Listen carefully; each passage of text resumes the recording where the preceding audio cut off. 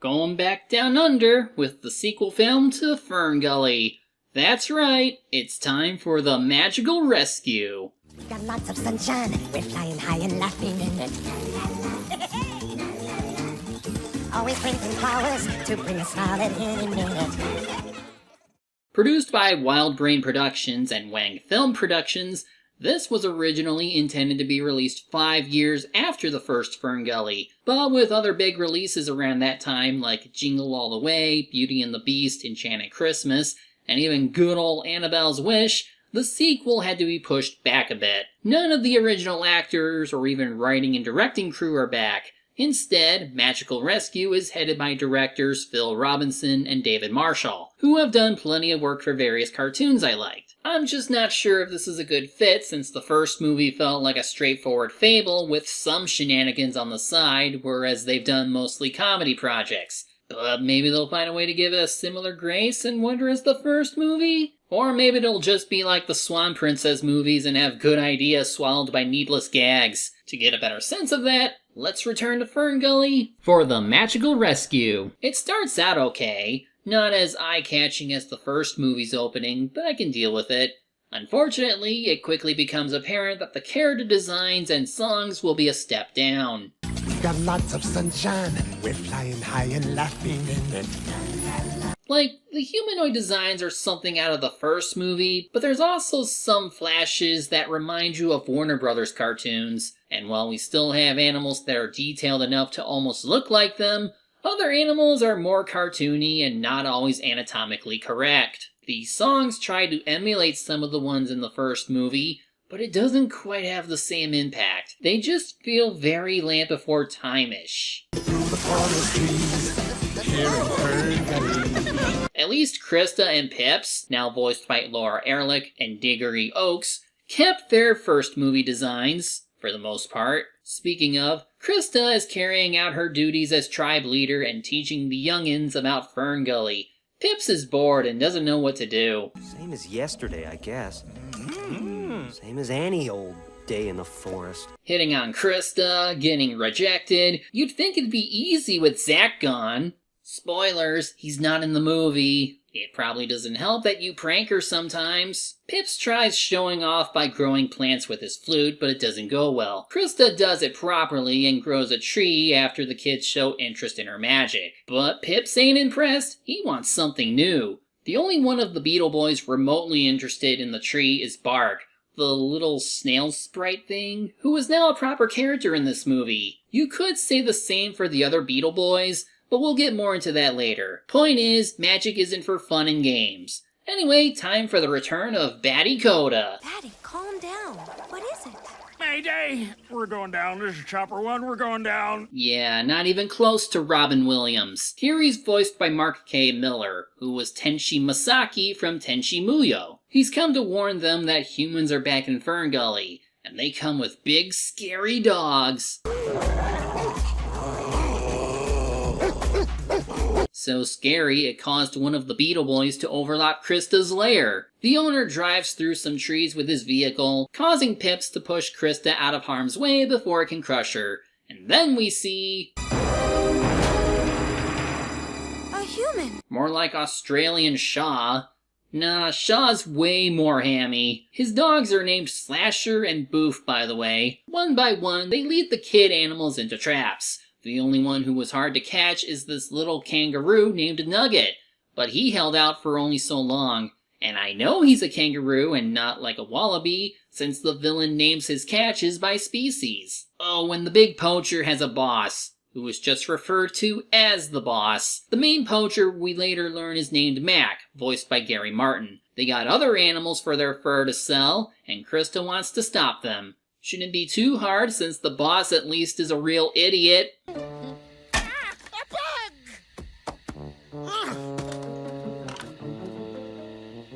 Although he apparently can overlap object layers with his ass. Though that's not as impressive as Mac making a whole bug disappear with his knife.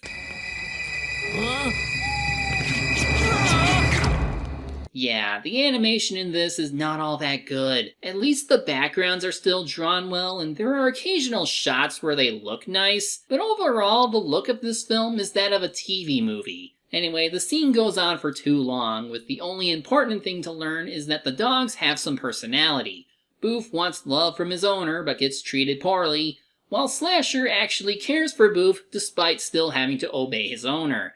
Maybe they won't die horrifically like Roscoe and DeSoto. Once everyone falls asleep, Nugget attempts to free himself and the others. They free some cassowaries before his mom shows up to help them flee. Screw the others, I guess! I also have to wonder if he and his mom were the same pair that were in the first movie who found Zach's tape player. But in all seriousness, I do kinda like Nugget since he tries to be proactive against his captors. However, the dogs wake up, so Krista shows up to help. I didn't know Krista can bend flesh! She leads Slasher away while Mrs. K deals with Boof. Now Mac wakes up and goes after one of them. Pips' team shows some ingenuity with dealing with the boss, and how Krista deals with Slasher is kinda funny.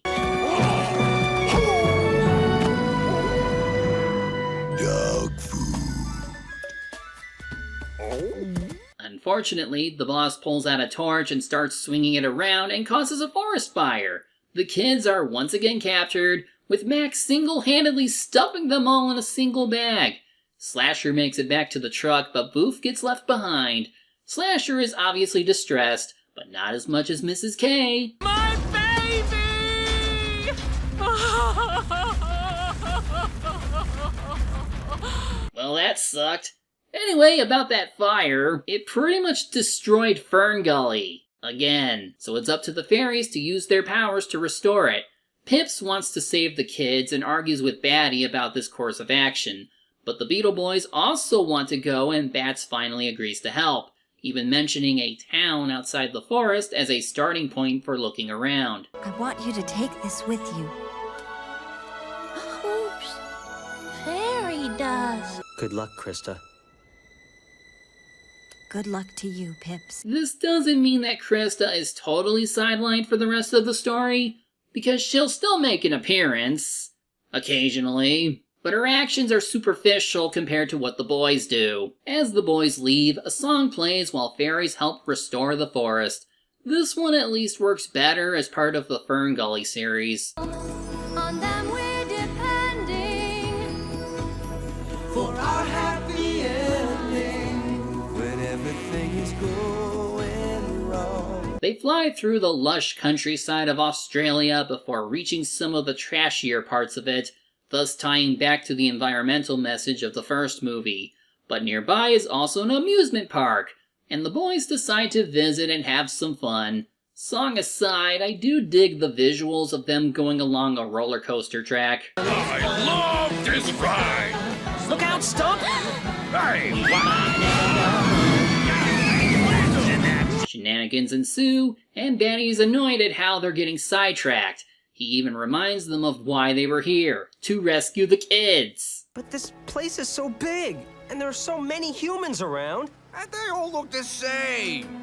Those babies could be anywhere. Doesn't mean you have to goof off, you idiot. How did Batty become the sane man of this group? As if on cue, we see the hideout for the poachers right across the river. Stupid!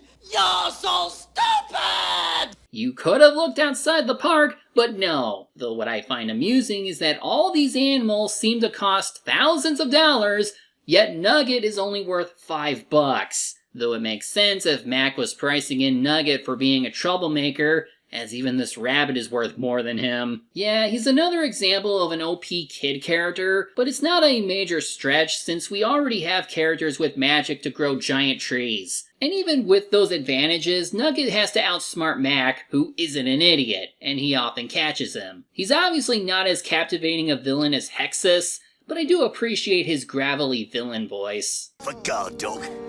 I don't know why I bother with you.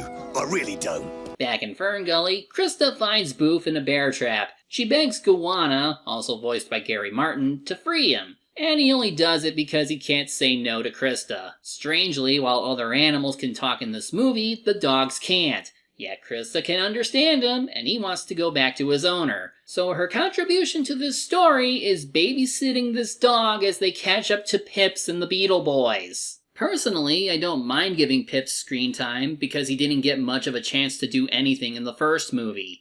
It's just that he's seeing development at Krista's expense. Speaking of Pips, he'll now meet his human companion, Budgie, voiced by Connie Champagne, and her grandfather, Mr. Chuckles. Pips decides to talk to her since they have no knowledge of the area around them, even if that means revealing the existence of fairy kind, and Budgie isn't bothered by the existence of a fairy-sized human. That's my grandpa. What are you? A fairy, of course. Oh, I guess you've never seen one since you're a human. That's okay. I won't hold it against you. I've never seen a human like you before. I have to assume he meant never seeing a human child, because Zach, remember? She accidentally hits Pips and places him and the boys in the trailer for shelter while she goes to practice her act. But Batty goes off on his own and stumbles onto the place where the other kids are being held. He tries telling everyone of what he found, but they are now just eating junk food and admiring other human amenities like River on, river off. River on, river off. Can you beat that? Sun on, sun off! Sun on, sun off! It's amusing seeing the literal punks of the forest being in awe of human society, but again, they've forgotten why they came here, so Batty goes off on his own. Bark at least has the sense to come since he's the more innocent one of the group, but Batty charges in like an idiot and is immediately caught off screen. And like Nugget, he is only worth $5. In another moment of bad animation, the Beetle Boys hang out at a shooting gallery and don't realize that they're getting shot at by the bad guys. Bark tells the boys about what happened and goes looking for Pips, who is surfing down a slide. This gets Budgie wanting to know how to properly balance herself for her ex, and Pips has this to say. Thinking about something and doing it are two different things. Just do it. Show off. Sure, just do it. Although you have the advantage of flight over her, and because Nugget kept trying to escape, his mouth is wrapped up and his leg chained. One little truck ride, then onto a boat, and sailing out of the country. Okay, but where are you going to go? I know you said you're catching these kids for their fur, but if they're alive, are you thinking about selling them to a zoo? Then we get a song about the kids wanting their parents. It's not very good. I miss my mommy and my dad. I just wanna curl up in my bed. But it's hopeless. Hopeless. We're helpless. And people thought the environmental message of the first movie was forced, but then it turns into a gospel by Batty that still doesn't make it good.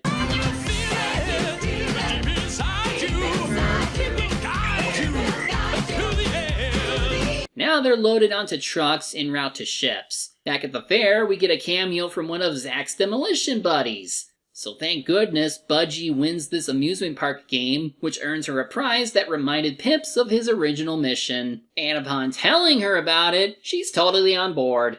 The gang leads them to the hideout right as they were about to leave. Pips isn't sure what to do, but Budgie just thinks to leap onto the truck. I'm amazed that it didn't leave already, but whatever. Mr. Chuckles sees his granddaughter and goes after her in his clown car. And now for a combination of inconsistent animation and backgrounds. This bank, or Bonnie, wasn't next to the hotel in this shot. The back of the truck is sometimes divided into two wagons, but sometimes it looks like one long wagon. At least I prefer this over the animation of most Mondo TV cartoons. Budgie manages to get inside the first wagon and starts freeing all the birds inside. Also, we get our brief cameo from Krista to remind us that she's still in the movie. The boss sees Budgie and orders Mac to go after her, citing, I'm the brains and you're the big dumb one who does all the dangerous stuff. You're right. That lot of good you'll be out there anyway. Take the wheel. I can't drive no truck. Should have thought of that when you ordered him around, dumbass. Budgie also frees Batty and has to convince them that she's here to help. Max shows up and she tries to evade him with some acrobatics, but he unlocks the cufflink connecting the second wagon and leaves her to die. Whoa! Budgie! Whoa! Jeez, on top of looking like Mr. McSpitlick, you apparently have the Gadget-mobile. Now for questionable geography. She goes over a cliff, lands back on the road, which appears to all be in some mountain region which overlooks an entire forest. To quote Crunk, because I already used him last video, by all accounts, this doesn't make sense. Daddy rescues Budgie as she falls, then both get saved by Chuckles and his extendo net. Pips feels at fault for goofing around and not helping the kids, but Chuckles says not to give up, since his car has more bells and whistles. Captains.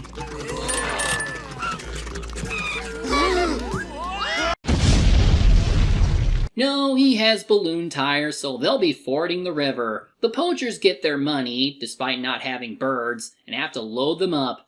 And I know you're tired of me bringing this up, but here's more inconsistency. Mac loads the cage for Nugget, who looks like Bandy the Bandicoot at first, and then in another shot we see him loading Nugget again. Great continuity! Budgie's brilliant idea is to have Pips remove the screws to the conveyor belt above them so that the caged animals fall to them. Never mind how heavy they must all be, but they get found out and Mac uses a crane to grab them all. Somehow! Budgie and Chuckles try stopping him, which doesn't go well, and finally Krista shows up. Boof reunites with Slasher and they both decide to turn on Mac. To make a long story short, Bark and the fairies use a seed to sprout a tree that ensnares the ship. But Nugget's cage goes overboard with him still inside. So, that's at least one kid lost? Ooh. What's going on over there? Nugget? I knew I could do it. Did I miss anything? Yeah, out of all of them, I definitely didn't want you to die. Time for our heroes to go home, and Budgie decides to adopt the dogs since they deserve a better owner than Mac. The humans help return the fairies and company to Ferngully, say their goodbyes, and all the kids reunite with their parents. At first, it seems like Nugget's mother doesn't show up, but she eventually does. Mrs. K, you're almost better. Hey, Mom, what's for dinner? Nugget! I love you, Mom. And the movie ends with Pips realizing that he doesn't need to go find his amusement in town, when all you need is a little imagination at home. The end! Like I said, this has a lot of the same problems as the Swan Princess sequels. There are good ideas for a story, but plenty of needless gags. Okay, it's not quite that level of bad. I like seeing Pips learning to take more responsibility, but even that arc doesn't get much time once the two human companions show up. Krista is pretty much sidelined after the first act and only helps out in the climax. Nugget was at least entertaining for his attempts to free himself and the others. Otherwise, Bark's character development was minimal even when he gets to do stuff. The animation really suffers a lot in this movie. Not just inconsistency in sequential art, but a lot of noticeable errors in layering and framework. Characters will either have inaccurate scaling with their environment, or they appear and disappear instantly. The voice acting is okay, but not on par with the cast from the first movie. So putting it all together, this movie is relatively harmless. There are worse movies out there that really go up and beyond with their use of pop culture references, which this movie wisely avoids. But Ferngully 2 is just an unnecessary sequel to an otherwise decent movie. I'm the Media Hunter, media's my prey, and reviewing them my way.